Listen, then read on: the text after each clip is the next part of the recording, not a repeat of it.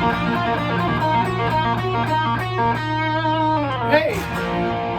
this is Shawn. It's Ted. And today we're going to talk about How to get inside the mind of Malcolm and Angus Young of AC/DC. Shawn and Ted's musical adventure. Shawn and Ted's musical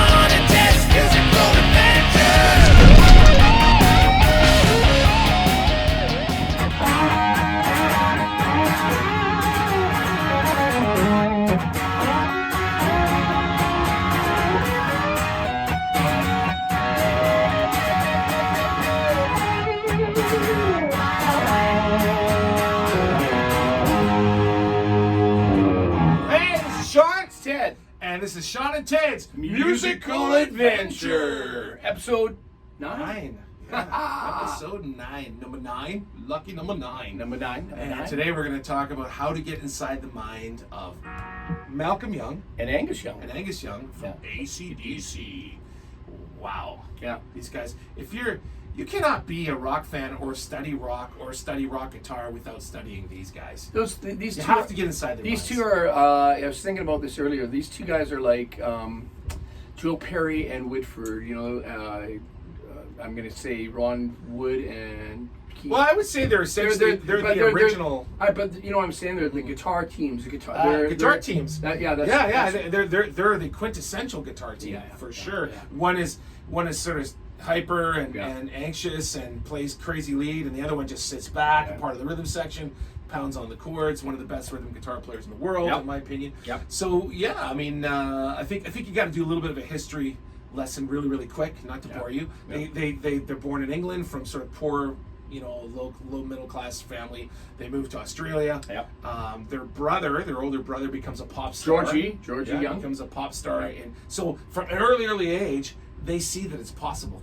Yeah. Right? They're like little kids, and they're, wow, our brother's a pop star, so we can do that too. It didn't seem pie in the sky for them. And I think they also came from much like what we did back in the days of pub lands. They played a lot of pubs when they were since they were like 13, 14, and I 15 think years part of developing their song, getting inside their mind is getting inside the whole. I don't know what they're playing back at the time, but we talked about this earlier about the boogie thing. Oh yeah, well I think they sort of grew up. They kind of grew up listening to 50s boogie woogie music. So right?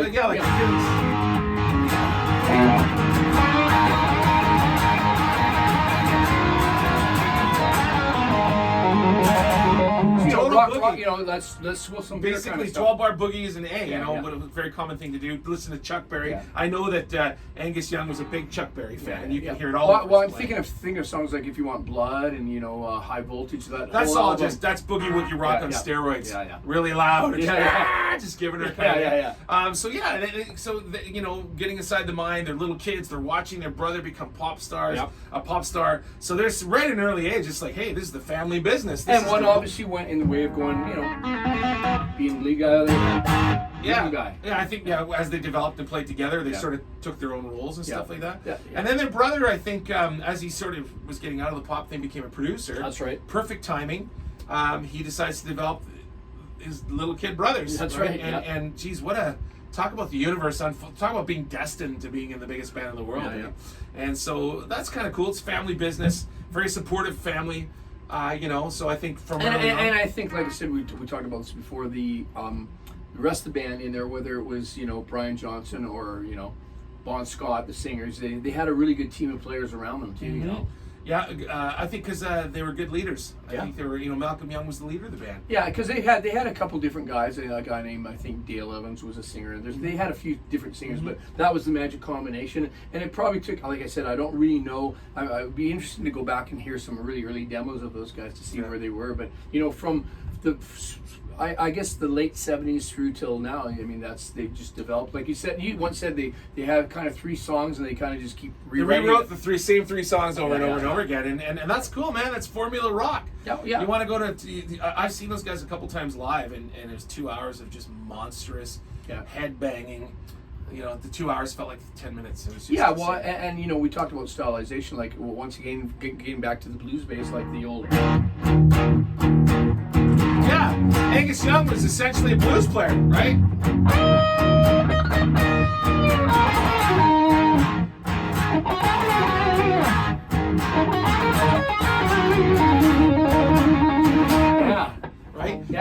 was essentially. I know he was a big Chuck Berry fan. But that's essentially shown there is like one guy's just chunking out the other guy's really. They probably did that a lot from the beginning. Yeah. You know, and that's why they were so good live. You know, Yeah. they were just so in sync together. You know, so You know. yeah, getting. And I think they're the quintessential sort of 3-chord kind of rock and roll band. But they did a lot with those 3 chords, sure. man. You know. But let's get inside their minds. Let's figure out, you know, what is it that made them who they were. You know, once again, just like when we were talking about Well, I think work ethic. Well, I think he's like you said. I think it stems from their brother.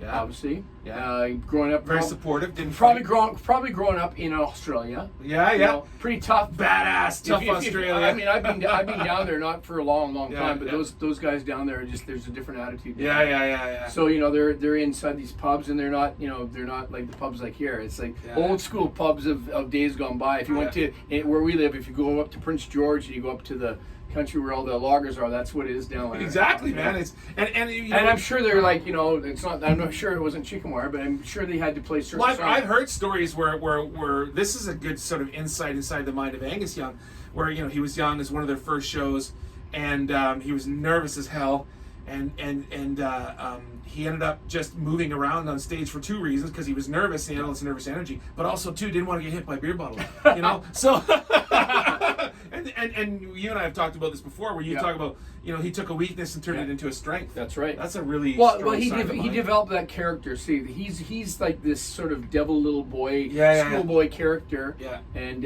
that's what he gets to do. He gets to be the hyper guy the whole way through. And Yeah. and the rest of the band's just back there stoically, you know, just rocking, Backing him up. rocking, Yeah. rocking.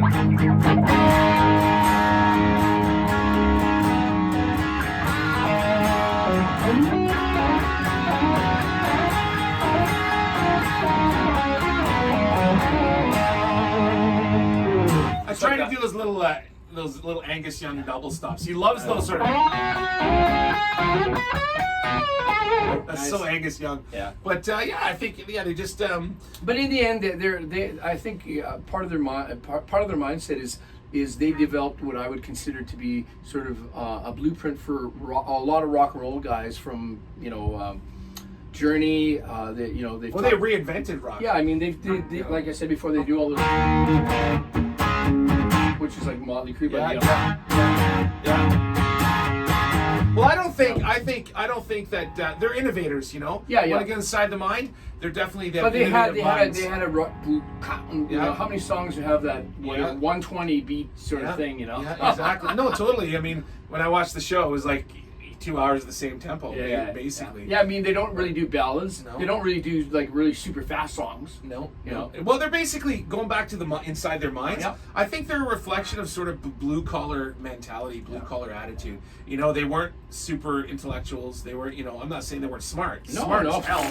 Smart and rich. Yeah, but yeah. they were definitely a reflection of sort of blue collar mentality. You know. Well, I was gonna say Working man. part of getting inside their mind is there's things that you do. Like I said, I think they knew where. I mean, they weren't trying to be they weren't trying to use chords. They went here's the structure we want to stay in, these rock and roll chords, and they did the most with what they had. But I think that comes from, I think they developed that from playing the pubs. Yeah. I think, you know, they were trying to entertain people, and playing an 8-minute Yes song is not going to keep those crazy Australian drunken crazy people entertained, you know. So I think they learned early, geez, lay down a beat, just keep going, keep it going. Well, and I think that's part of getting inside the mind of in terms of anybody, but it's these guys especially. If you're in a situation that goes for anybody that's out there that's trying to be a rocker or an entertainer, you have to learn to become the entertainer. I think what happened with them is they're playing these things, so places that they knew, they're like, hey, play something we can dance to. You've heard that before. Play something we can dance to, and that's basically what they did. They wrote. And so they they did all this stuff. But getting back to that, we talked about stylization, like with inside Malcolm's mind. I mean, he has a sort of claw. They basically had kind of three approaches. Which is a lot like, if you think about it, it's a lot like Pete Townsend. He probably got influenced by, for sure, Yeah. You know, that kind of stuff. So I never thought of that. yeah, no, I just realized that. I realized that in playing. It's like that reminds me. He must have gotten that from the Who. Yeah. Yeah. So there you go. He inside the mind of Malcolm Young, listening to Who records in the early 70s. I would imagine. I mean, so we'll never know. I mean, I wish I could. But who wasn't influenced? I mean, all those bands. I think everyone influences everybody. Absolutely. You know, absolutely. But having said that, we should maybe move on to maybe getting to whatever our next episode is going to be, because I think we're as inside the mind as we can be with. Yeah. Okay, I think we've gone there. There's some insight. Hopefully, we've helped you out a little bit. Yeah. Go check them out. Go listen to their records. Read about them. You know, they're interesting guys. Geez, what are we going to talk about next week? What's well, it's going to be episode 10, man. So that's the big 10. That's a big. Why don't we talk about just our favorite stylizations, things, the little secrets to help you. How about little guitar secrets? How to play? It's got to be a how-to. Yeah. So how to play guitar tricks? Well, how about how to play guitar hacks? You had some guitar. Oh, hacks. how to play guitar hacks? Yeah. I like that. Well, you had little hacks. How to play various guitar hacks? Yeah, using. Oh, we got lots of hacks because we are hacks. No, I'm just kidding. Yeah. Rock and roll hacks. And remember to subscribe, like, and share this video. I'm getting it right. And thanks. Keep coming back. We're going to be putting out lots of episodes, and we'd love your suggestions. Put it in the comments. What do you want to hear about? What do you want us to talk about or not talk about? So let's rock. Let's talk. More rock. Let's do it. Cheers, guys. Cheers. We'll keep it going. Here we go.